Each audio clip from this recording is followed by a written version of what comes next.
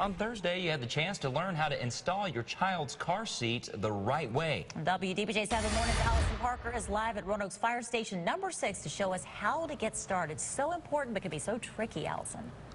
That's right. And here's a scary fact for you. Those at the Centers for Disease Control and Prevention studied about 3,500 car and booster seats, and they found that 72% of them were actually installed the wrong way. I'm here with Tiffany Bradbury, a certified child passenger safety specialist. So talk about how to properly install a car seat. The direction the child sits and also the type of seat really depends on their age. It does, and there's so many things out there, and I think that parents and caregivers get really overwhelmed.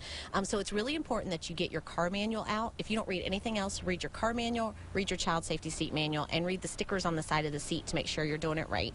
I mean, of course, we're in a minivan today, which is usually pretty easy for an install, and we've got a rear-facing only seat. This is what we see a lot with our newborns, and it's really important. We're going to use the lower anchor system, which a lot of times you can see those kind of pop out, and then we're just going to take it, and a lot of times you're not very ladylike when you're putting car seats in. We're going to clip it there, and then we're going to pull it tight and snug.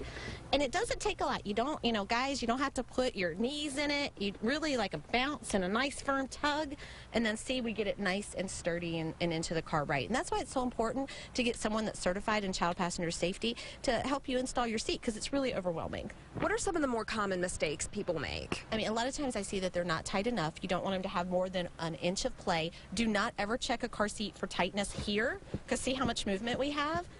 You want to check back here at the belt path. So right where the seat belt goes through it, don't worry about bounce there as well. And you want to leave a child rear facing as long as you can up to the age of 2. So they might go into a different seat after this one. And then you want to keep them in some type of 5-point harness as long as you can. And in the booster seats till they're at least 4 foot 9 inches tall. In the back seat until they're 13. I know that's a big struggle with parents.